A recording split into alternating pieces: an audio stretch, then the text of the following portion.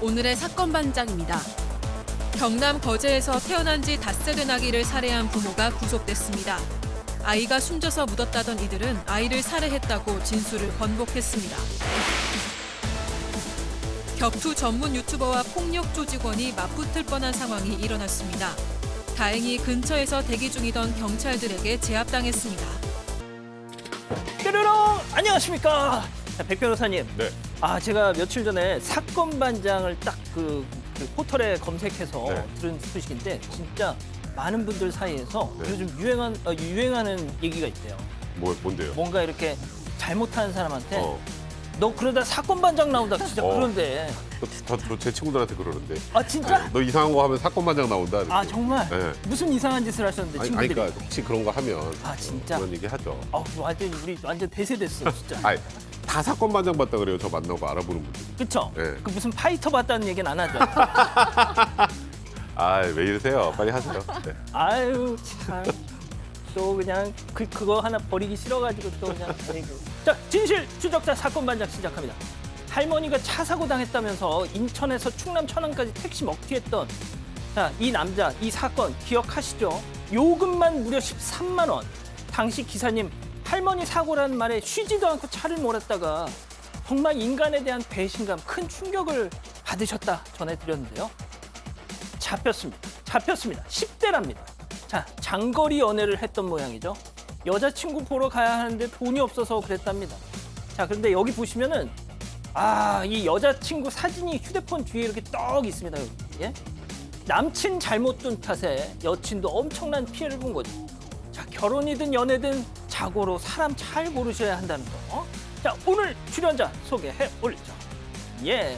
자, 이자연 기자, 백성문 변호사, 박상희 소장, 월요일에 또 나오셨습니다. 오윤성 순천향대 교수, 그리고 박준혜 수호 선생님 나오셨습니다. 안녕하세요. 안녕하세요. 자, 화분 도둑도 범죄라는 걸 알려주는 사반 정말 좋은 프로예요 하신 김동숙님, 올해 하반기도 사반 보면서 힐링할게요 하신 조영진님, 미국 이민 33년 만에 한국 왔습니다.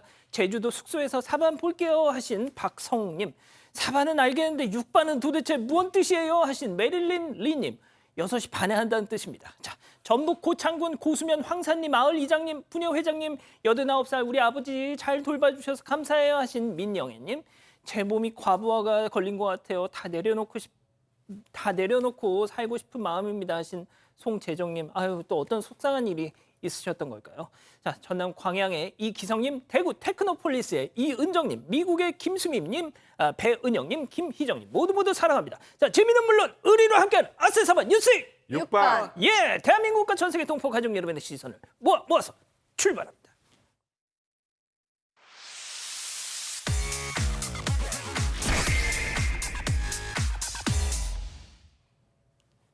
첫 번째 달려보죠. 수상한 차를 잡고 봤더니 영상으로 만나보시죠.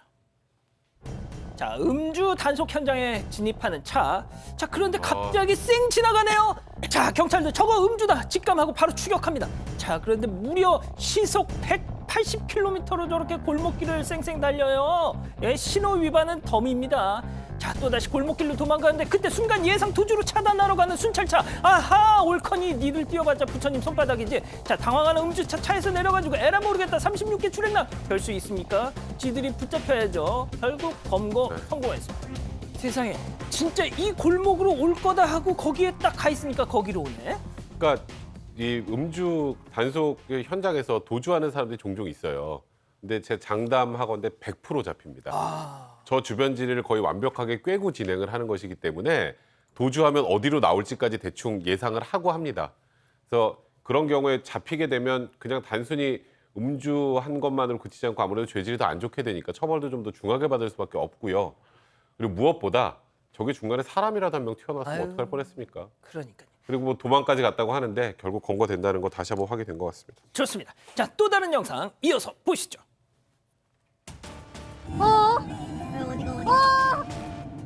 어디가? 운전 미숙인 거야? 음주운전인 거야? 불안해. 차 온다! 신고해야 되겠다, 이거. 무서워. 자, 이후 경찰이 신고자와 연락하면서 예상 진로를 판단하고 자, 길목에 잠시 정차하고 있어요. 길목에서. 자, 그런데 바로 그때 해당 경차가 눈앞으로 지금 쌩 지나가네. 자, 추격합니다. 야, 거기 차 세워. 차 세워. 하지만 역시 차선을 넘나들면서 묘기 운전. 하지만 역시나 지가 얼마나 가겠습니까? 저렇게 갓길에 정차했어요. 역시 면허 취소 수준이었습니다. 자, 소장님. 그런데 저 운전자 저거 말고 또 다른 게 있었다고요? 네, 그렇습니다. 지난 3월에 충북 진천에서 이 잡힌 운전자인데요. 음주운전은 면허 취소 수준이었고요. 저렇게 위험한 운전을 하면서 무면허였다고 합니다. 저 무면허에 만취 상태로 충북 진천에서 용인까지 운전해 가려고 했다라고 했는데 정말 하마터면 큰 사고로 사람이 다칠 뻔했습니다. 그러니까요. 좋습니다. 자, 다음 또 이어가 보죠. 도시 점령한 러브 버그입니다. 약간 혐오스러울 수 있는 장면인데요. 일단 만나보시죠. 자, 최근 북한산을 찾은 등산객이 촬영한 영상인데요. 저 방충모에 따닥따닥 붙어 있는 거, 날아다니는 저 검은색 덩어리 바로 러브 버그입니다.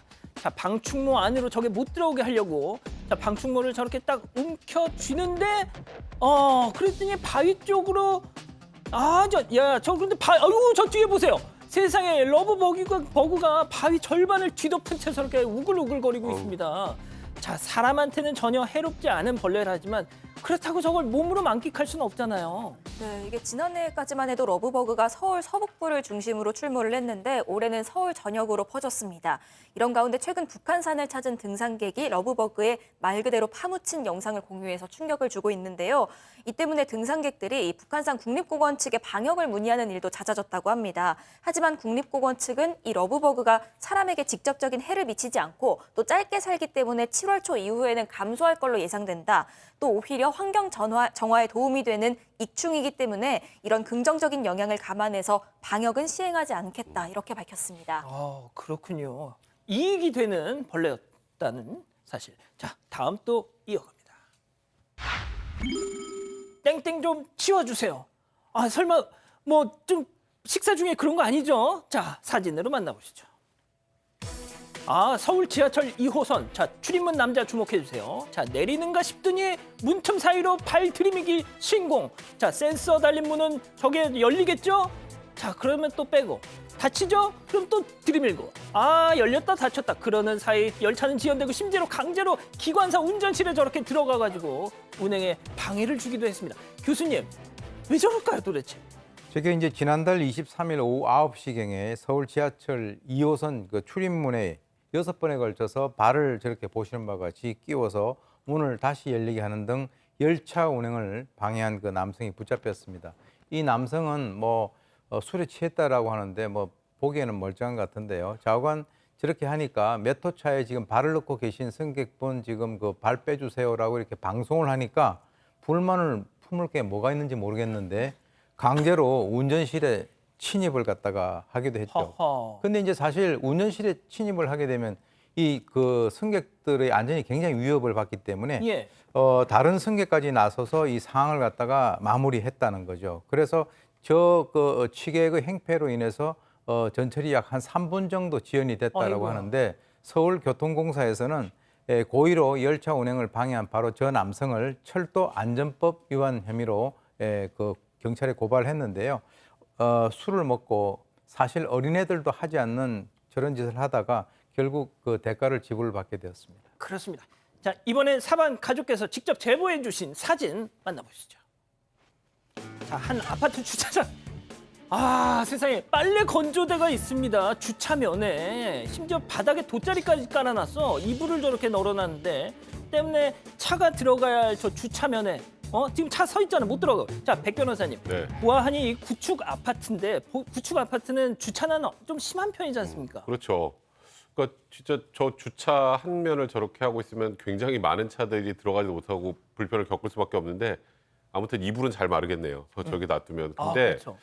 지금 사실 저 주차 공간이라는 거에 저런 걸 해놓으면 이제 말 그대로 이제 공용 공간에 많은 분들에게 피해를 줄 수밖에 없는 상황 아니겠습니까? 저도 보다가 주차장에 보통 차를 이상하게 세우는 건 많이 봤어도 빨래 건조대가 있는 건 처음입니다. 근데 저 예전부터 그랬는지 모르겠지만 주민들도 지나가면서 혀를 끌끌 찼다고 하는 걸 보면 아이고야. 이전에도 저런 일들이 여러 한두 번 번이 있지 아니셨구나. 않았을까 이런 생각이 좀 드네요. 그렇군요. 알겠습니다. 그러지 마세요. 자, 다음 또 이어갑니다. PC방 알바생의 눈썰미입니다. 자, 어떤 눈썰미였죠? 네, 지난달 30일에 한 PC방 아르바이트생의 눈썰미로 지명수배범을 잡았다는 내용이 알려지면서 화제입니다. 말씀드렸던 것처럼 PC방에 가끔 저렇게 이 전단지 같은 게 붙어 있어요. 지명수배범 관련해서. 근데 저 사진을 딱 보고 찾아온 손님이 저 사진 속 사람 아닌가? 그러니까 그 사진 속에 있는 인물을 기억하고 있었다는 게 굉장히 놀라운 건데 어허. 그래서 아무래도 이거 CCTV상 동일 인물인 것 같다. 특히 저 시계를 보고 알았다고 하더라고요. 오. 시계가 동일하고 저 시계가 저 안에서 이렇게 잘 보이는지 모르겠습니다만 그래서 바로 이제 형사 번호로 이제 전달에 쓰여 있는 번호로 전화를 했고 문자 메시지로 인상착의 주고받으면서 수배범이 맞는지 저렇게 지금 보시는 것처럼 확인을 했습니다. 이후에 경찰이 출동을 해서 절도 혐의로 수배 중이던 남성을 검거를 했고 범인이 세상에. 맞았습니다. 과거에 이제 자기가 한번 알바생이 사기를 당해서 경찰에게 신고를 했고 경찰이 범인을 잡았다 이런 연락을 받아본 적은 있는데 본인이 직접 다른 수배범을 잡았다는 거 굉장히 뿌듯하다라는 심경을 직접 SNS에 올린 겁니다. 이제 경찰 알바생에게 표창장, 그다음에 뭐 포상금 수여 등을 검토 중인 것으로 알려졌습니다. 용감한 시민 대단하십니다. 자, 다음 또 이어갈게요. 정주리 벽간 소음 논란. 개그우먼 정주리 씨가 이 벽간 소음 관련해서 뭔가 SNS에 사과문을 올렸다는데, 자, 이 기자. 네, 이게 최근 한 온라인 커뮤니티에 이웃의 연예인 가족이 살고 있는데 이 때문에 고통을 겪고 있다 이런 글이 올라왔습니다. 자정까지 큰애들은 소리 지르면서 놀고 새벽에는 어린아이가 악을 쓰고 지금도 그러는데 귀를 틀어막고 싶다면서 아들 내신이가 이해해야지 애엄마가 얼마나 힘들까라고 생각을 하려다가도 그럼 나는 무슨 죄냐라는 글을 새벽에 올렸습니다. 당시 글쓴이는 이 연예인의 이름을 밝히진 않았는데요. 아들이 넷이다 이런 정보를 가지고 개그우먼 정주리 씨라는 추측이 이어졌습니다. 그리고 정주리 씨도 이게 본인 얘기가 맞다고 인정을 했습니다. 다만 글쓴이가 글을 올린 바로 그 시각에는 가족들이 다 자고 있었던 것 같다. 약간 오해가 있었던 것 같다라고 설명을 했고요. 그러면서 아이들에게 뛰지 말란 얘기는 많이 했는데 벽간 소음 신경 못 쓴 건 자신의 불찰이라고 했습니다. 그러면서 글 쓴 분 누군지 알게 되면 찾아가서 사과하고 싶다라면서 사과문을 올렸습니다. 자, 이렇게 사과문을 올렸는데도 논란이 가라앉기는커녕 더 가열됐다는 겁니다. 그랬더니 다시 2차 사과문을 올렸다고. 네, 그렇습니다. 2차 사과문을 올렸어요. 그러니까 이제는 앞집이었다고 합니다. 앞집하고 이제 문제가 있었던 건 오해를 풀고 진심으로 사과를 드렸고 또 앞집에서도 오해한 부분에 대해서는 또 미안해한다라고 얘기를 하면서 어쨌든 이웃에게 피해가 되지 않도록 층간소음, 벽간소음 둘 다 조심하겠다라고 밝혔습니다. 아유, 진짜 아들 넷을 키우려면 얼마나 전쟁터겠습니까? 자, 마지막 사연으로 가보죠. 다이어트 하고 있잖아. 이게 무슨 얘기였죠? 네, 다이어트 하는데 매일 옆에서 야식 먹는 아내 때문에 고민이라는 사연입니다. 최근에 잦은 회식 때문에 아주 급격하게 살이 쪄서 와이셔츠 단추가 트어지고 또 잘 맞던 바지가 안 맞고 이런 모습을 보고 남편이 다소 충격을 받았다고 합니다. 그래서 다이어트에 돌입을 했는데 저녁은 원래 먹던 양의 3분의 1만 먹고 거실에 있는 실내 자전거로 잘 때까지 운동을 한다고 합니다. 그런데 아내가 그 옆에서 과자, 쥐포, 심지어 라면까지 야식으로 챙겨 먹는다는데 사실 이전까지 이 부부가 늘 간단한 야식을 같이 먹어오긴 했다고 합니다. 하지만 이번엔 아내가 야식으로 심지어 삼겹살까지 구워 먹었는데 남편이 다이어트 하는 사람 앞에서 이러는 건 좀 예의가 아니라고 생각을 해서 한마디를 했답니다. 그런데 아내는 먹는 거 가지고 왜 그러냐.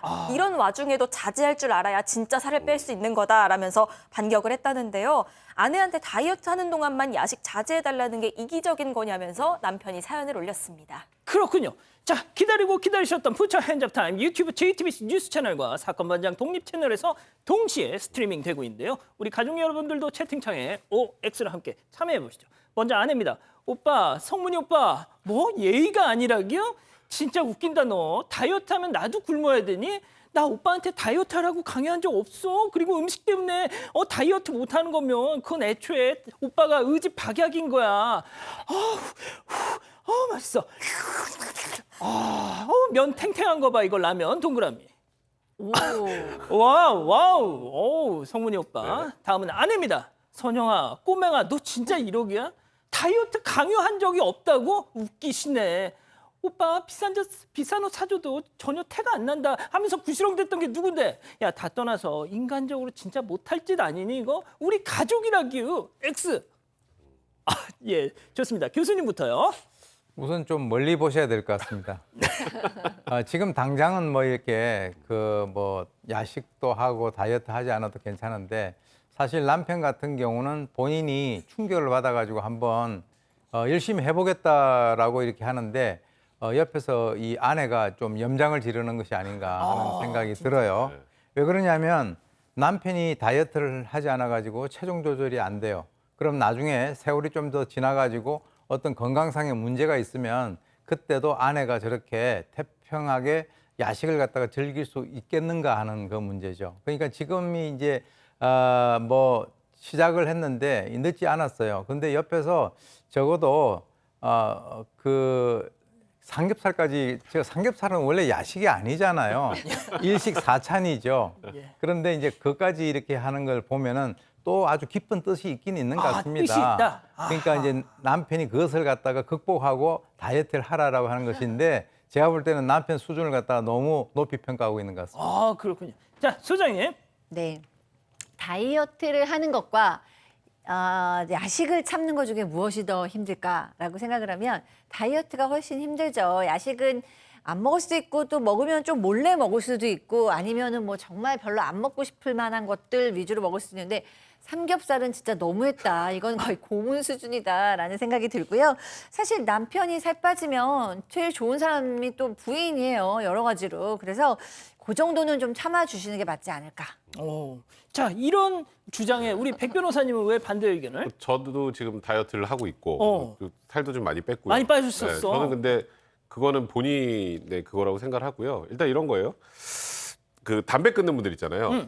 담배 끊는데 옆에서 담배 피우면 아우 이것 때문에 나도 담배 펴야겠다 하면 끊어지나요? 그러니까 저는 이제 진짜 본인이 굳게 살을 빼겠다고 했으면 그리고 아내는 원래 야식을 둘이 같이 먹어왔던 거잖아요. 근데 자기가 다이어트 한다고 아내한테 야식을 먹지 말라는 건 제가 보기엔 좀 너무 나간 것 같고 또 하나는 그럼 살 좀 빼면 다시 야식 드실 건가요? 그러니까 뭐 살 뺄 기간 동안만 좀 야식을 자제해달라.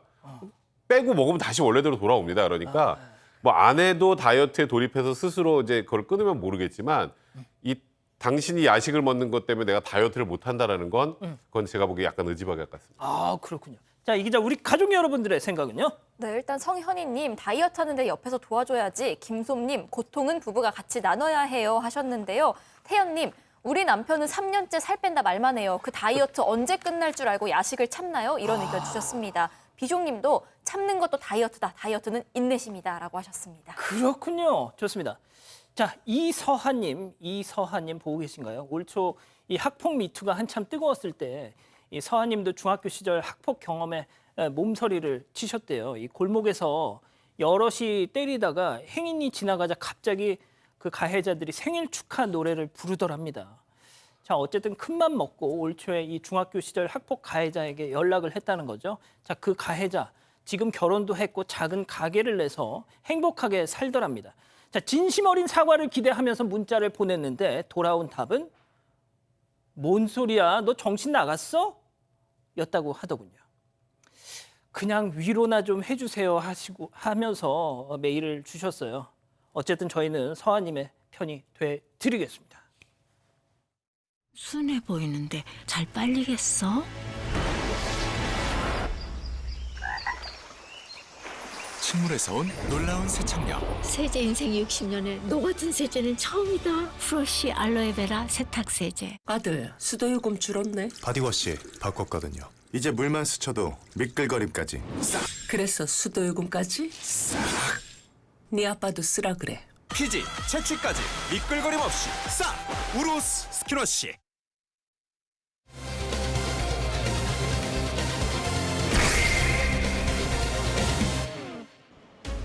경남 거제에서 태어난 지 닷새 된 아기를 살해한 부모가 구속됐습니다. 아이가 숨져서 묻었다던 이들은 아이를 살해했다고 진술을 번복했습니다. 사건의 전말을 파헤쳐 봅니다. 자, 이런 사건이 너무 전국적으로 동시다발로 일어나니까 뭐 이게 이건 것 같고 저게 저건 것 같고 자, 하지만 경남 거제에서 벌어진 사건입니다.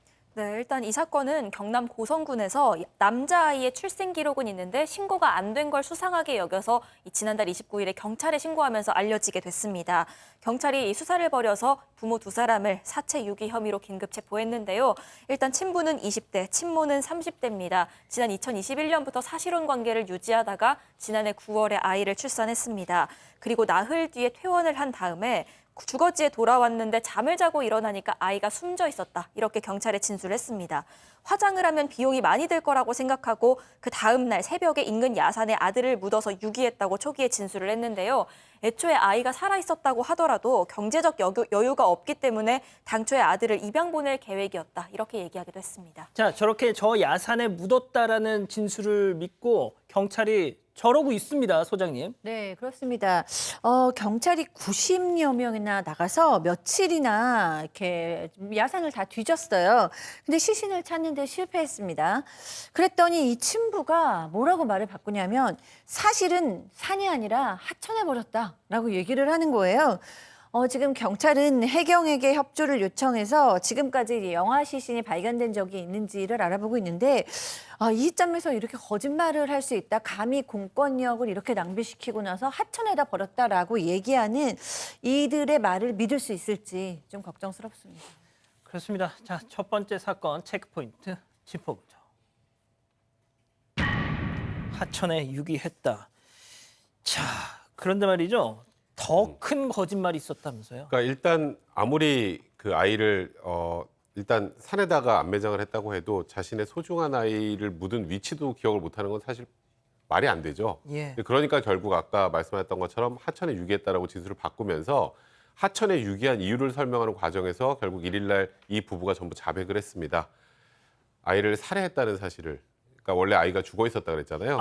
근데 그게 친부가 저는 제가 말씀드리기도 참 정말 너무 안타깝고 슬픈 상황인데 남편이 직접 아들을 목 졸라 숨지게 하고 옆에서 아내는 그걸 지켜보고 있었다고 합니다. 그리고 그 시신을 비닐봉지에 넣어서 인근 하천에 유기했다고 하는데 원래는 야산에 사체를 묻으려고 했다가 지나가는 사람들이 많이 보이고 해서 들킬까 봐 장소를 바꿨다고 합니다. 살해 동기는 경제적으로 굉장히 어려운 데다가 출생 사실을 만약에 양가 부모에 알 경우에 저게 이유가 되는지 모르겠습니다. 우리 헤어지라고 할까 봐 그게 우려가 돼서 범행을 저질렀다고 했습니다. 일단 아들을 목 졸라 살해한 혐의로 두 사람을 전부 구속했고요. 일단 구속영장을 청구했고 법원은 영장을 발부했습니다. 그 애를 낳으면 양가 부부가 헤어지라고 강요하는 게 아니라 오히려 그냥 살라고 하지 않을까요? 보통 그렇죠. 예. 자, 이 기자. 그런데 뭐 경제적인 핑계를 댔다면서요? 네, 실제로 형편이 넉넉하지 않기는 했습니다. 일단 친부인 20대 남성은 무직이었고요. 친모인 30대 여성도 별다른 직업 없이 최근까지 편의점 아르바이트 등으로 어렵게 생계를 이어왔습니다. 다만 지원받는 돈이 약간 있었는데요. 정부에서 양육비 20만 원, 그리고 미혼모 수당 5만 원, 이렇게 매월 25만 원을 지자체로부터 받아왔습니다. 자, 교수님, 방금도 제가 말씀드렸지만 아이를 결혼하지 않은 어떤 커플이 낳는다. 보통의 부모들은 야, 그렇게 되면 니들이 책임져야지 하면서 그냥 살라고 하지 않습니까? 통상 그렇게 하죠. 예. 그렇게 해서 이제 아이를 놓음으로써 이 두 사람이 부부가 되는 뭐 그런 경우들도 상당히 많습니다. 그런데 지금 이제 지난번에도 우리가 그 수원 영아 살해 여성도 경제적으로 어렵다라고 얘기를 하지 않았습니까? 근데 사실 이 인간이라고 하는 동물은 현재 자기가 하는 이 그 행동이 어떤 결과를 초래할 것이다라고 하는 것을 예측을 해서 대비를 하는 것이 그게 이제 우리가 동물과 다른 점인데 예. 경제적으로 어려운 거 충분히 그거는 어려울 수 있어요. 그러나 지금 이제 아이들을 그 임신하고 출산하는 그 문제는 옛날하고 달라가지고 본인들이 조금만 생각을 하면 충분히 피임을 하면서 조절할 수 있는 그런 부분인데 무조건 아이를 놓아놓고 그리고 이제 경제력이 뒷받침이 되지 않아서 이 아이를 갖다가 살해했다라고 하는 것은 그건 말이 안 되는 것이고요. 그렇게 따진다면 1950년대, 60년대 이 베이비 부모 세대 때 그 당시에 그 부모들이 지금보다 경제력이 더 좋았습니까? 그 당시에 아이들 낳아가지고 어떻게든 그 부모들이 기르고 하는 그런 것에 비하면 정말 말도 안 되는 이유를 대고 있다 이렇게 저는 봅니다.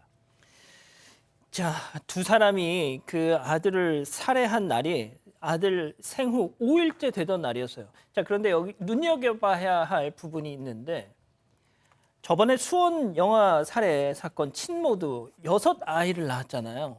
와, 그런데 너무 똑같습니다, 이게. 네, 이 여성도 이번에 알려진 그 살해한 아들 외에 3명의 아이를 더 낳은 사실이 알려졌습니다. 그러니까 넷을 낳은 거군요. 네, 맞습니다. 일단 그중에서 2012년에 낳은 둘째는요, 친모의 친정에서 양육을 하고 있습니다. 그리고 그보다 앞서 2010년에 첫째를 낳았고 2017년에 셋째 낳았는데요. 이 둘은 각각 해외로 국내로 입양을 보냈습니다. 입양 보낸 사실 자체는 맞는 걸로 확인이 됐는데 다만 언제 어느 곳에 어떤 경로로 보냈는지에 대해서는 계속해서 확인하고 있는 상황입니다.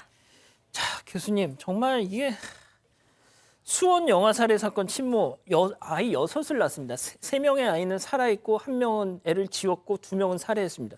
자, 이 경우는 지금 뭐 1명은 해외 입양, 한 명은 자기 그 친정에서 키우고 있고 또 다른 1명은 국내 입양. 이번에 이제 4번째를 근데 이것도 믿을 수 있을까 싶어요. 저는 더 있지도 않을까. 뭐 숫자가 뭐 확실하다고 우리가 지금 단언하기는 힘들 것 같은데요. 이제 막 태어난 아이를 범행 대상으로 삼은 것은 아무래도 이제 본인들이 뭔가 좀 그 대처를 하기가 쉽다라고 하는 그런 측면에서 그렇게 한 것 같고요. 살해 방법도 뭐 당연히 이 영아니까 이제 그런 식으로 살해를 한 것 같은데 실제로 이 근본적으로 이제 출생 신고를 갖다가 통해서 이 위기 아동들이 어떤 그 범죄 피해의 어떤 가능성을 조금 더 이렇게 감소시키는 그런 것들이 좀 시스템적으로 이렇게 돼야 된다라고 봅니다. 이번 같은 경우도요. 최초에 약 한 1% 정도 무작위 표집을 해가지고 했는데 한 4명 나와서 이거 전수조사하게 되면 이 도대체 얼마 나올 것인가 해서 걱정한 적이 있지 않습니까? 예. 그래서 실제로 이번 사태가 이제 밝혀진 것도 사실은 이제 그 국가 시스템이 가동을 해가지고 이제 밝혀진 건데 실제 앞으로 이제 그 수원과 거제의 그 사례처럼 우리가 좀 더 이런 환경에서는 이렇게 아이들이 없어진다고 하더라도 나중에 문제가 발생되고 난 뒤에 그야말로 소잃고 외양간 꽂히는 정도의 어떤 그 대처밖에 할 수가 없기 때문에 이런 그 사태를 중심으로 해서 뭔가 사회 시스템을 갖다가 한번 다시 재정비하는 그런 그 계기가 되길 바랍니다. 자, 소장님이 그냥 정리를 좀 해주세요. 이 진짜 뭐 수원에서도 있고 과천에서도 있고 울산에서 그러니까 이게 너무 동시다발적으로 터져가지고 자, 이게 출산율이 지금 낮기로 세계 제1위라는 나라에서 이게 가능한 일입니까 이게? 그러니까요. 지금 뭐 20대, 30대 엄마들의 영아 유기도 있는데 심지어 이제 과천에서는 50대 여성이 영아를 유기했다고 해요. 그러니까 지금 뭐 나이에 따지지 않고 지역에 따지지 않고 영아를 살해하거나 혹은 이제 유기하는 경우가 너무 많은데요. 사실 우리나라는 정말 한 아이를 키우려면 온 마을이 나서야 된다는 얘기가 있을 정도로 우리 아이들 한 명 한 명은 정말 그 무엇과도 바꿀 수가 없는데 어떤 딱한 사정이 있다고 해도 부모가 아이를 죽이는 것에 어떻게 그게 합리화가 될 수가 있겠습니까? 자, 저희가 정말 다 같이 눈을 좀 부릅뜨고 한 아이라도 희생되지 않도록 살펴볼 필요가 있다라는 생각이 들고 사실 저는 영아 살해나 유기에 대해서는 더욱더 강력한 처벌이 좀 있어야 이것이 좀 더 퍼지지 않고 이 정도에서 마무리되지 않을까 싶습니다. 알겠습니다. 자, 첫 번째 사건 정리하고요. 두 번째 사건 이어갑니다.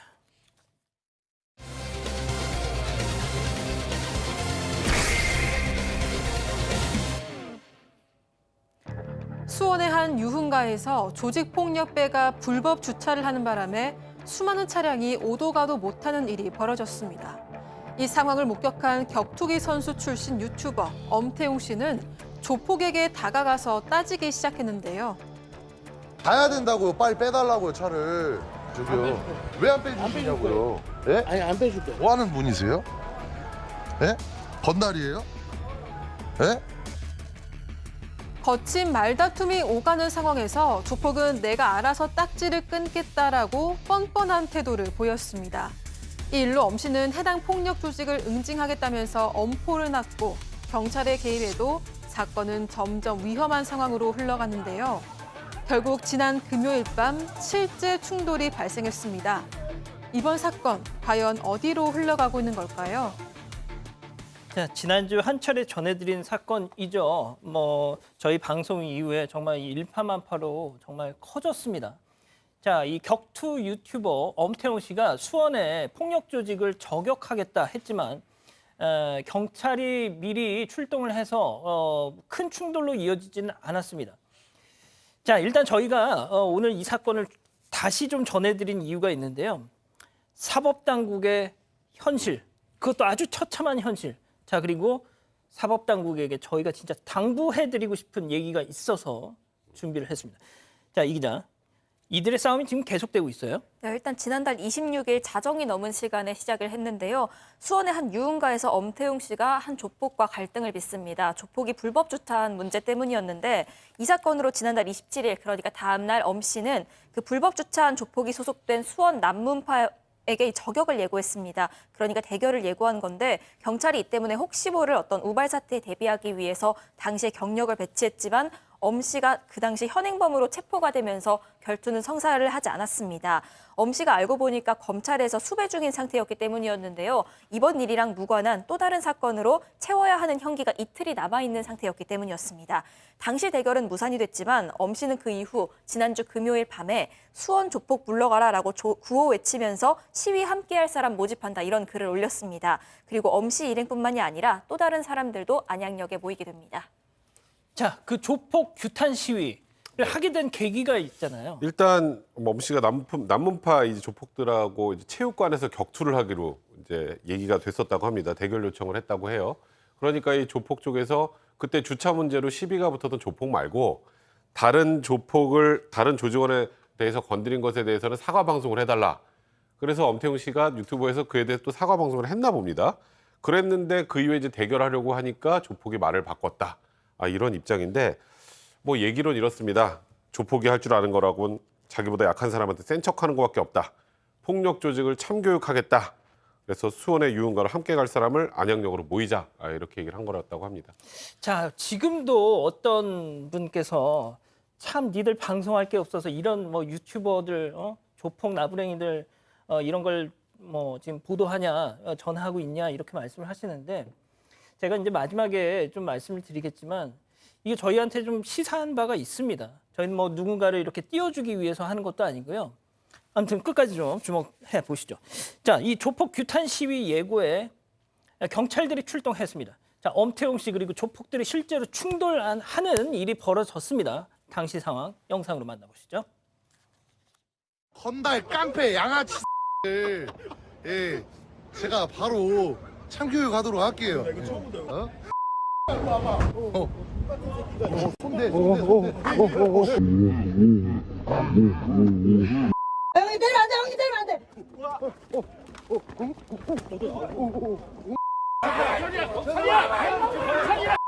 이거애들 왔어. 왔다 어쩌래? 안 올 줄 알지.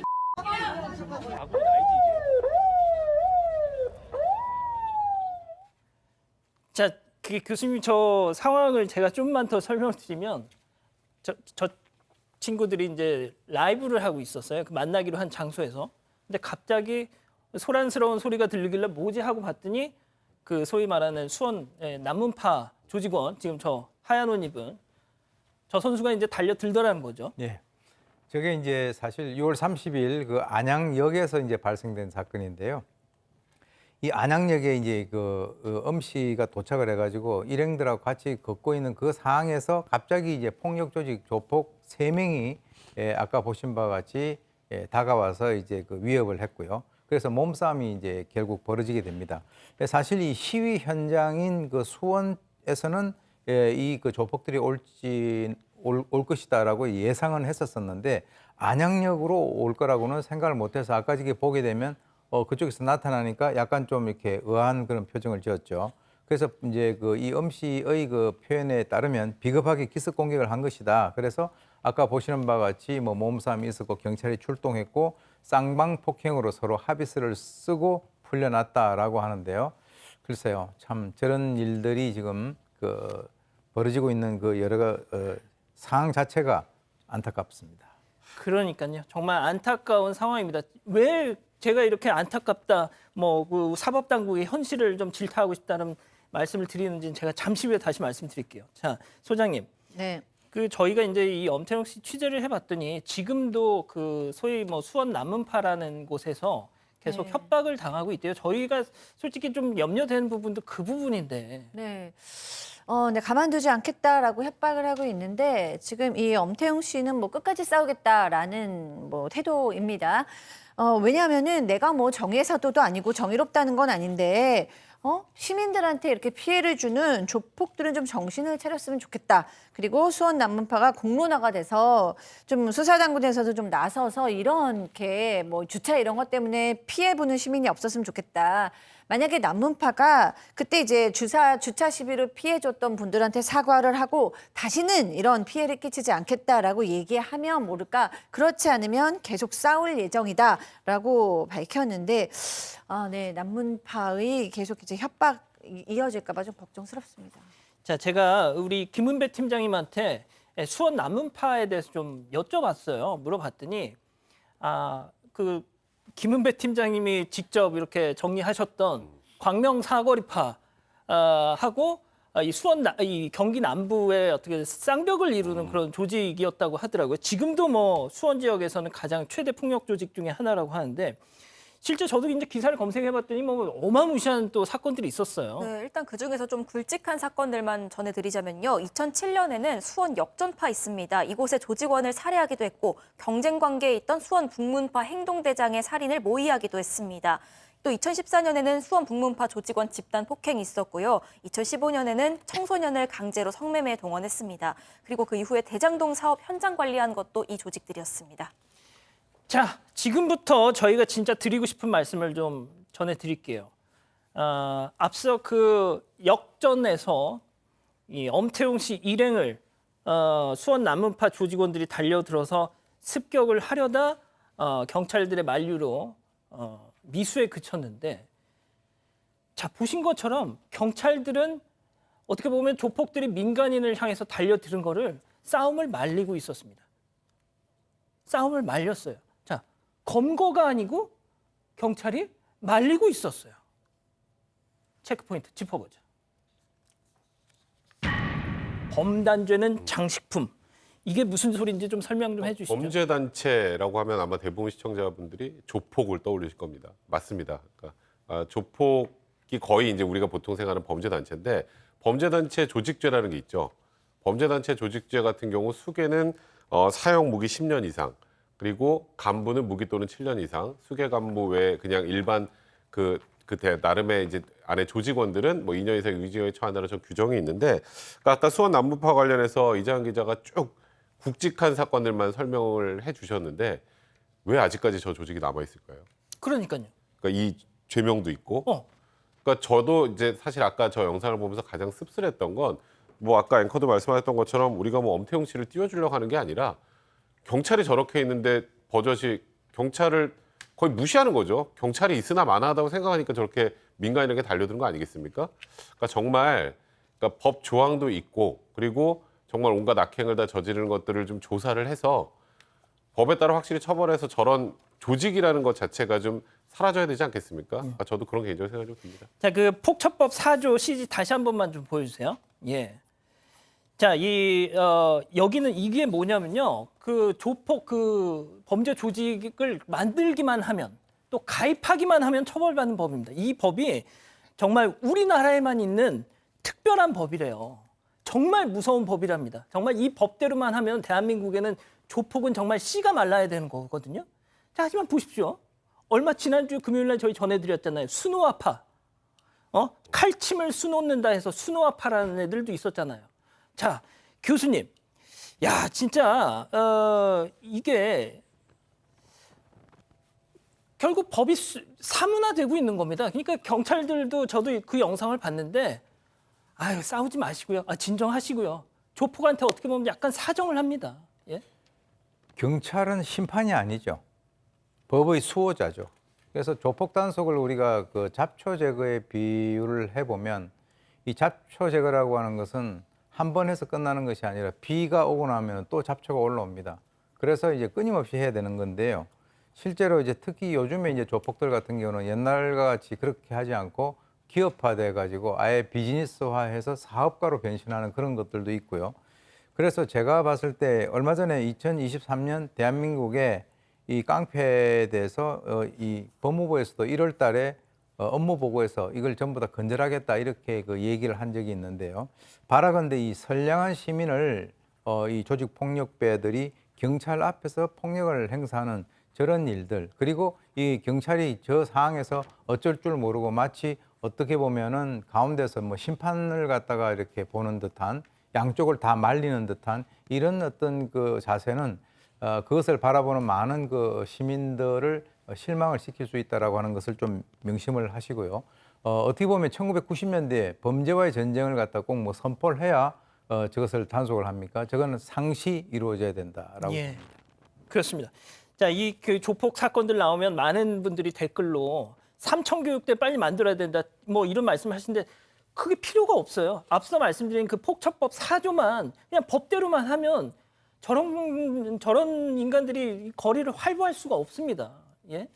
자, 지난주 지금 검찰이 교수님 말씀하신 것처럼 조폭과의 전쟁을 선포했습니다. 올해.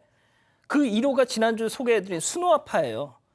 자, 수원 남문파 자기들 내부적으로 어떤 얘기를 하고 있는지는 모르겠습니다만 지금 검찰은 당신들을 주목하고 있을 겁니다. 조심하셔야 될 거예요. 자, 두 번째 사건 정리하고요. 저희 별별 상담소 이어갑니다.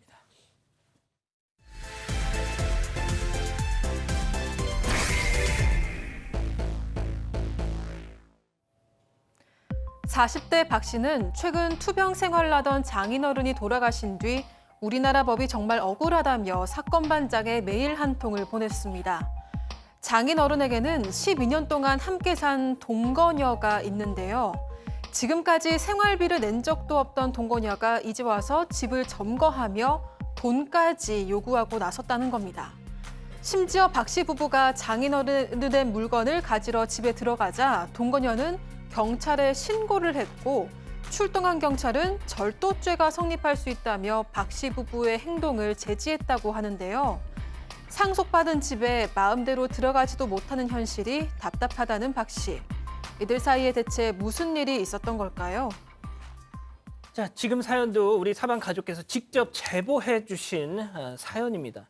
자, 이런 일들 왕왕 있어요. 그러니까 이 박 씨의 장인어른은 이제 과거에 이혼을 하시고 그리고 이제 이후에 한 여자를 만나서 오랫동안 이제 사실혼 관계, 동거 생활을 좀 하셨던 것 같습니다. 그러니까 12년 전에 이제 우연히 이제 옛 조상의 땅을 이제 찾게 돼서 갑자기 땅이 생긴 거죠. 그래서 거기에 이제 난 혼자 살아야지라고 장인어른이 집을 지었어요. 근데 그 당시에 교제를 하던 여성이 이제 원래 아들하고 둘이 살고 있다가 장인어른이 집을 짓는다는 얘기를 듣고 같이 살아요. 이렇게 졸랐고 결국 같이 살게 됐다고 합니다. 그렇게 최근에 장인어른이 돌아가기 전까지 한 12년 정도를 함께 살았는데 일단 이 여성과 혼인신고는 하지 않으셨다고 합니다. 자, 사실상 동거를 했던 건데 결국 이 장인어른이 투병을 하기 시작하면서 이 동거녀와 사이가 틀어지기 시작했다. 네, 6개월쯤 전에 장인어른 폐렴이 심해서 병원에서 검사를 받았는데 알고 보니까 이게 폐렴이 아니라 폐암 3기였던 겁니다. 이게 진단을 받고 곧바로 병원에서 치료를 받기 시작을 했는데요. 아내랑 그 장인어른의 동거녀가 교대로 간병을 하기 시작했습니다. 그런데 그 당시까지만 해도 간병하려면 코로나 검사 받았어야만 했는데 당시 장인어른의 동거녀는 왜 내가 검사 비용을 내야 하냐, 그리고 꼭 이 검사 받아야 하는 거냐라고 여러 번 물어왔고요. 그래서 아내가 할 수 없이 그 비용을 다 댔다고 합니다. 이때부터 슬슬 아내도 화가 나기 시작을 했습니다. 그런데 어느 날 이번에 아내가 간병을 할 차례여서 병원에 갔는데 같은 병실 사용하고 있는 주변 보호자들이 가끔 오는 그 여자는 그쪽 엄마야? 이렇게 물어봤다는 겁니다. 그래서 아내가 그런 건 아니고요. 그냥 아버지랑 같이 사는 친구분이에요. 이 정도로 설명을 했는데 보호자들이 어쩐지 와서 하는 게 없어 라면서 간병은 안 하고 와서 잠만 자더라. 이런 얘기를 전한 거죠. 이런 주변 보호자들 얘기 듣고 아내는 너무 화가 나서 결국 그 뒤로 곧바로 직장을 그만두고 혼자서 장인어른을 챙기기 시작했습니다. 자, 소장님. 네. 세상에 그냥 뭐가 됐든 같이 우리 아빠랑 동거하는 분 12년.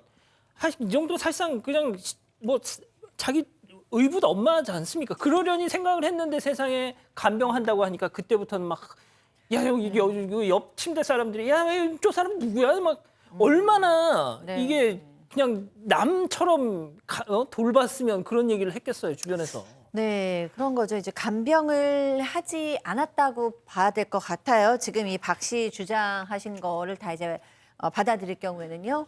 지금 이제 그 밥도 전혀 안 해주셨다는 거예요. 아무것도 안 해서 식사를 이제 아프시면 식사를 잘 하셔야 되잖아요. 집으로 오시면. 근데 식사조차 제대로 챙겨주지 않아서 결국에는 이제 박 씨 아내가 항상 죽을 쓴 겁니다. 그래서 이제 죽을 써서 냉장고에 이렇게 넣으면서 그 여자분께 이 죽 좀 데펴서 아버지 드리세요라고 얘기를 했는데 어느 날 와서 보면은 따끈하게 데워서는 본인이 혼자 먹고 그냥 이 아버지는 냉장고에서 그냥 식은 죽을 데워도 주지 않고 그냥 딱 주고 이러더라는 거예요. 그리고 또 어느 날은 보니까 정성껏 쓴 죽이 다 밖에 나와져 있고 다 상해 있고 그래서 그대로 갖다 버린 적도 있고 그래서 이제 뭐 밥을 안 챙겨준 것도 속상하지만 약은 꼭 먹어야 되니까 약은 꼭 챙겨주세요. 이렇게 얘기를 했는데 보니까 뭐 약도 잘 안 챙겨주는 것 같아요. 그래서 이제 물어보니까 아니 약도 뭐 혼자 못 먹어요? 뭐 이렇게 그 아버님 계신 곳에서 이렇게 좀 핀잔을 줬다고 합니다. 자, 서운한 마음이 얼마나 커지셨겠어요. 예, 서운하셨겠죠. 80대 장인어른이 연세가 80대 거기다 폐암 3기. 자, 제보자 목소리 한번 들어보시죠. 약도 한번 챙겨달라고 하니까 혼자서 못 먹냐, 아버지 혼자서 못 먹냐 하면서 서운한 그 마음은 되게 많이 컸었거든요. 와이프도 너무 힘드니까 좀 식사 좀 챙겨드리면 안 되겠느냐 그렇게 말을 했는데 하는 말이 자기는 만약에 장을 보게 되면 아버지랑 같이 가야 된대요, 시장을. 아프신 어른하고. 그러니까 쉽게 말하면 자기가 돈을 주고 뭐 재료를 살 필요가 없다 이런 식으로 얘기를 하는 거예요. 그렇게 말하면서 자기는 생활비 부담한 적도 없고. 아, 그러니까 아니 뭐 이거 어차피 같이 먹을 건데 왜 내 돈 주고 장을 봐? 이거 이 사람이랑 같이 가서 이거죠, 교수님? 그러니까 제가 보니까 이제 12년 동안 살아도 아마 그 애정이 별로 없는 것 같아요. 그러니까 이제 거기에는 여러 가지 이유가 있겠습니다만 뭐 결국 이제 조강지처가 아닌 그런 부분도 있을 것이고 아마 이제 이거 동거녀 같은 경우는요 자기가 이제 일을 다니고 있는데 뭐 생활비를 갖다가 내지 않는다라고 이제 이쪽에서는 좀 이제 불만이 있는 것이고 또 장인어른 같은 경우는 이전에 이제 그 정년퇴직을 해가지고 연금이 나온다고 합니다. 그런데 이 박 씨 부부가 그 상황에서 생활비를 갖다가 이제 지원을 해줘서 그거로 이제 생활을 갖다가 하고요. 또 동거녀는 뭐 사실 장인어른의 담뱃값이라든가 뭐 그 정도 챙겨준 것에 불과하고 또 집안일도 거의 안 하고 완전히 공주같이 있었다는 거죠. 그래서 장인어른이 정정하실 때는 동거녀의 밥을 갖다 차려줬다 이렇게 얘기를 하는데 아마 동거녀는 내가 그 정도 대접받을 만하니까 뭐 그렇게 했을 거다 이렇게 생각을 아마 할 거예요. 또 아마 나하고 혼인신고를 했었더라면 이 재산 분할이라든가 이런 것들에 대해서 미리 좀 사전에 단도리를 안 해준 그 장인어른에 대한 그런 나름대로의 그 자기 어떤 논리가 있을 거라고 보는데 어쨌건 자관 모양새가 크게 좋지가 않습니다. 자, 폭발하는 사건이 벌어집니다. 네, 일단 집에 왔지만 당시 몸이 좋지 않기 때문에 장인어른이 산소 공급줄을 계속 끼고 있는 상황이었는데요. 화장실에 들어가다가 힘이 없어서 여기 넘어지면서 바닥에 머리를 좀 심하게 부딪힌 겁니다. 동거녀가 급하게 박 씨 아내한테 너희 아버지 다치셨다 이렇게 연락을 해서 아내가 급하게 이 구급상자를 들고 달려갔는데 동거녀는 그 사이에 나가고 없었던 겁니다. 아버지는 이렇게 피를 철철 흘리면서 저런 상태였는데 혼자서 그 수건으로 지혈을 하고 계셨다고 합니다. 이런 아버지를 두고 동거녀는 혼자 볼일을 보러 나갔던 거죠. 동거녀의 이런 행동을 보고 박 씨 부부는 그야말로 분통이 터졌습니다. 자, 황혼을 함께 보내는 뭐 정말 훌륭한 그런 동거 부부도 많으시겠죠. 자, 그런데 백 변호사님, 네. 장인어른이 돌아가셨어요. 네, 여기서부터가 이제 진짜 시작입니다. 장인어른이 이제 한 달 전쯤에 돌아가시고 그리고 박 씨 부부는 장례를 다 치르고 일단 이 동거녀에게 이제 집에서 나가달라. 왜냐하면 이제 상속 재산이니까요. 그렇죠, 그렇죠. 나가달라고 요구를 했더니 전셋값 5천만 원을 줘야 나간다. 내 12년을 보상해줘. 네, 그러니까 이렇게 얘기를 했다고 하네요. 나는 받을 생각 없었는데 주변에서 꼭 받으라고 하더라고. 내가 그 돈을 받을 의무가 있대. 그냥 나가면 바보래. 돈을 받아야 나갈 테니까 그렇게 하라. 이렇게 얘기를 했다는 거예요. 돈 받을 권리가 있다고. 제가 이따 뒤에 설명드리겠습니다만 제가 알기로는 없습니다. 이 권리는 없는 상황인데 일단 장인어른과 동거 생활 동안 기여한 바도 없이 5천만 원 안 주면 안 나가겠다라는 이 동거녀의 태도에 박 씨 부부가 굉장히 황당했다고 합니다. 자, 5천만 원을 요구한 장인어른의 이 동거녀, 심지어 집에 자물쇠까지 채웠다고요? 네, 그렇습니다. 이 박 씨 부부는 장인어른 바로 그 옆에서 살았어요. 그리고 장인어른하고 세탁기하고 밥솥을 공유했다고 합니다. 그러니까 뭐 거의 같은 건물 수준이 아니었을까라는 생각이 들어요. 그러니까 어차피 박 씨의 부인이 아버지의 밥을 다 해줬던 거죠. 근데 아버지가 돌아가시긴 했지만 어쨌든 공유하던 세탁기하고 밥이 그 집에 있으니까 이제 빨래를 하러 가든 밥을 하러 가든 당연히 이제 아버지 집에 간 거죠. 그리고 이 집은 이 박 씨의 아내가 이미 상속을 받았습니다. 그러니까 내 집이잖아요. 그렇죠. 그러니까 내 집으로 이제 빨래를 하러 가거나 밥을 하러 간 건데 이제 동거녀가 어느 날 열쇠로 다 집을 잠궈버려가지고 못 들어오게 된 거예요. 그래서 문 열어라. 여기 내 집이고 우리 밥도 먹어야 되고 빨래도 해야 되니까 문 열어라 라고 얘기하니까 아, 나 그냥 안 해줘. 안 열어. 막 이렇게만 얘기하는 거예요. 그래서 왜 그러냐 그랬더니 그냥 이 집에 들락날락 하지 마. 라고 얘기를 하는 거예요. 그러니까 문을 안 열어주고 못 들어가게 하니까 이제 못 들어가고 있는데 이 박 씨 부부는 너무 좀 황당한 거죠. 왜냐하면 집도 우리 집이고 네, 어차피 상속도 받았는데 문을 잠그고 못 들어오게 하니까 못 들어가고 있는 겁니다. 자, 그냥 내 집에 남이 들어와 앉아가지고 배째라 하고 있는 겁니다. 자, 이 상황 관련해서 제보자 얘기 다시 한번 들어보시죠. 어이가 없잖아요. 너는 이제 일하다가 화가 나가지고 그러면 우리도 밥해 먹고 해야 되니까 아줌마가 가서 써라. 이가 아버지 거니까 이걸 가져가겠다 해가지고 그걸 챙겨서 나왔거든요. 경찰을 불러서인데 어쨌든 지금 현재 거주하는 사람의 거래요. 일차적으로 그렇게 인정이 된대요. 그래서 함부로 가져가면 별도치에 들어간대요. 자, 정말 어처구니가 없습니다. 자, 그러면 이쯤에서 별별 상담소 오늘의 궁금증 짚어보죠. 자, 장인어른의 집을 점거하니 동거녀 돈까지 요구하는데 아까 백 변호사님이 짧게 단답식으로 말씀하셨잖아요. 네, 일단 5천만 원을 달라 받을 권리가 있다는 아닙니다. 이게 우리가 보통 기여분 생각 많이 하는데 사실혼 배우자는 상속권 자체가 없기 때문에 상속인 중에 특별한 기여한 사람을 받는 게 기여분이에요. 그러니까 상속인이 아니기 때문에 기여분 받을 권리는 없고요, 일단. 근데 이제 문제는 저 집에 들어가면 그럼 주거침입이 된다는데 그게 맞느냐? 맞습니다. 주거침입은 돼요. 왜냐하면 현재 점유하고 있는 게 불법 점유라고 하더라도 그 사람의 주거에 사실상 평온을 해야 하는 경우에는 주거침입 될 수 있어요. 그래서 일단은 할 방법은 명도 소송을 진행하셔야 됩니다. 명도 소송. 네, 그러니까 이 집에서 나가라라는 소송이죠. 왜냐하면 이 소유는 이제 상속인들로 넘어온 거니까 나랑 임대차 계약도 체결하지 않은 사람은 그냥 저기 버젓이 있잖아요. 그럼 여기에 점유할 권한이 없으니까 나가라라고 이제 소송을 제기해야 돼요. 그래서 그런 과정에서 보통 내보내는 과정에서 합의를 해서 돈을 좀 일부 주는 경우들이 있는데 그러니까 지금 제가 말씀드렸던 것처럼 이론적으로 저 동거녀에게 뭐 돈을 받을 권리나 저 집을 점유할 권리는 없지만 강제로 할 또 이쪽에 방법도 없는 상황이기 때문에 아이고야. 합의가 되지 않으면 결국 소송을 통해서 해결하셔야 되는 그런 상황입니다. 그렇군요. 자, 교수님. 그 살아생전에 말이죠. 그 어르신이 그냥 생전에 이걸 좀 정리하고 가셨더라면 더 좋았을 텐데 말이죠. 뭐 사람이라고 하는 것은 뭐 하루 앞을 우리가 내다볼 수 없기 때문에 어떻게 보면은 인생의 그 마무리를 갖다가 이제 상당히 혼란스러운 그런 상태에서 그냥 돌아가시고 저런 일이 벌어진 거죠.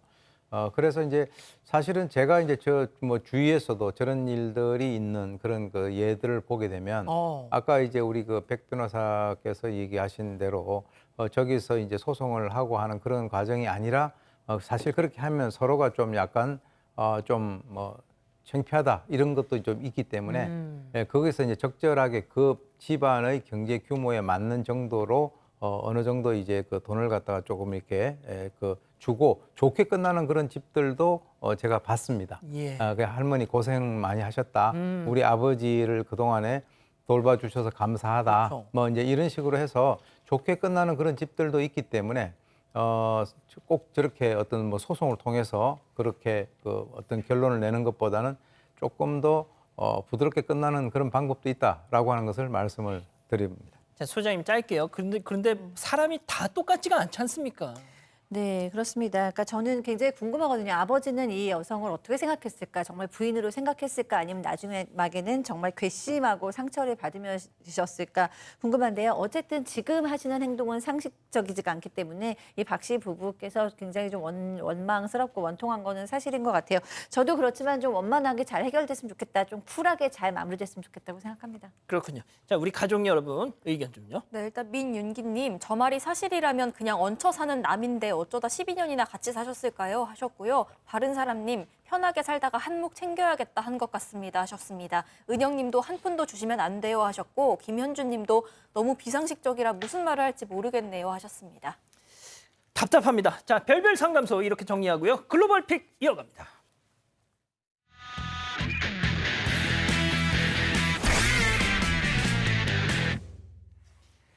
자, 미국으로 가보시죠.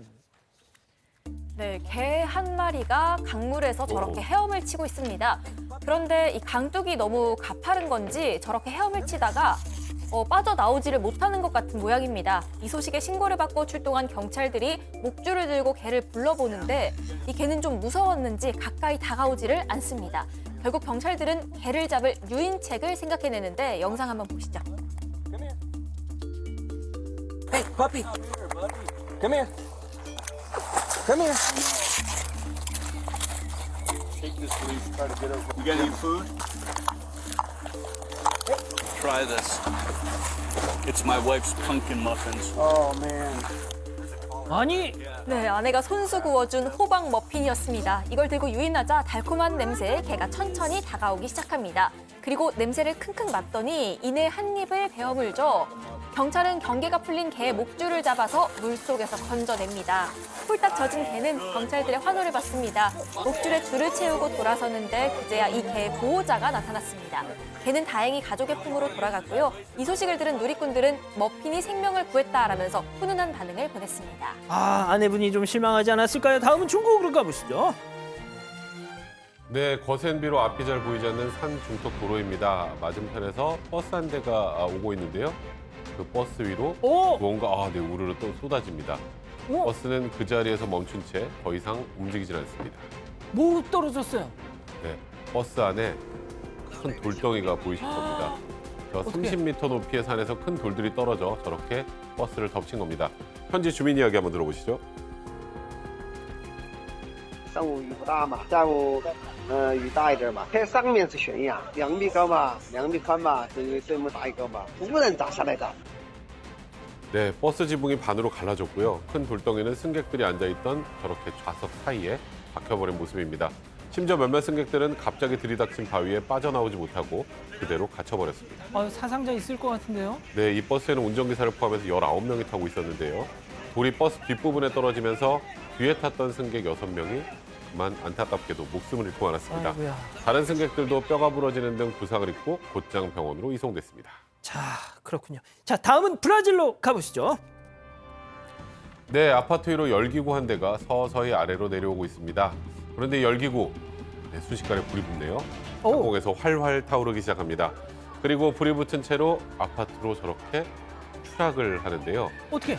열기구는 아파트 외벽을 타고 내려가 불기둥을 더 크게 내뿜으며 시커먼 연기와 함께 저렇게 아파트를 집어삼켜 버리고 맙니다. 어떻게?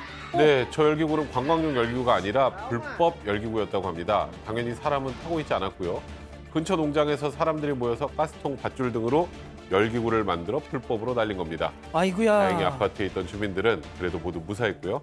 화재도 소방대원이 오기 전에 모두 진압이 됐다고 합니다. 하지 말라는 건 좀 하지 마. 아이고. 네, 브라질은 불법 열기구 때문에 비행기가 회항하는 일도 벌어졌었고 몇 년 전에 공원의 절반이 타버리는 일도 있었다고 합니다. 이에 당국은 불법 열기구를 날리면 1년에서 최대 3년의 징역형을 선고받을 수 있다며 경고했다고 합니다. 자, 다음은 최근 온라인에서 화제가 되고 있는 영상 함께 보시죠. 경찰이 한 가정집에 출동을 했습니다. 이 집에 살고 있는 여성의 차 트렁크에 누군가 gat혀 있는 것 같다, 이런 신고를 받고 온 거였습니다. 정말 차 트렁크를 보면요, 여성 머리카락이 한 움큼 빠져나와 있습니다. 설마? 네, 일단 초인종 소리에 집안에 있던 여성이 나오는데 과연 무슨 일인지 영상 한번 보시죠. Hello, how are you? Good, how are you? What happened? So we got a call. Somebody's concerned. Are you like a hairstylist? No. So there's like hair hanging out of your tongue. Oh my Jesus. Someone's Oh, like. that's my wig. Oh, hold on. Let's talk about wig. Hold on. Oh. 깜짝 놀랐잖아. 네, 무슨 사건인 줄 알았잖아. 경찰도 황당했는지 웃음을 같이 터뜨립니다. 이 여성은 미용실 예약 시간이 늦어서 자신이 쓰던 가발을 트렁크에 휙 던져놓고는 빠져나온 줄도 모르고 무려 45분간 운전을 했다고 합니다. 하필 또 국산차야 또. 그걸 목격한 사람들은 얼마나 놀라고 얼마나 무서웠겠습니까? 결국 수상하다고 느낀 한 주민이 경찰에 신고를 했던 겁니다. 여성은 트렁크를 열어서 가발인 걸 확인시켜줬고요. 웃긴 해프닝으로 끝이 났다고 합니다. 어휴, 그냥 깜짝 놀랐습니다. 아유, 좋습니다. 자, 사랑하는 사건 반장 가족 여러분, 오늘 너무 덥습니다. 시원한 밤 보내시고요. 저희는 내일도 별이 6개 반, 사반 6반 저녁 6시 반에 다시 옵니다. 안녕히 계십시오.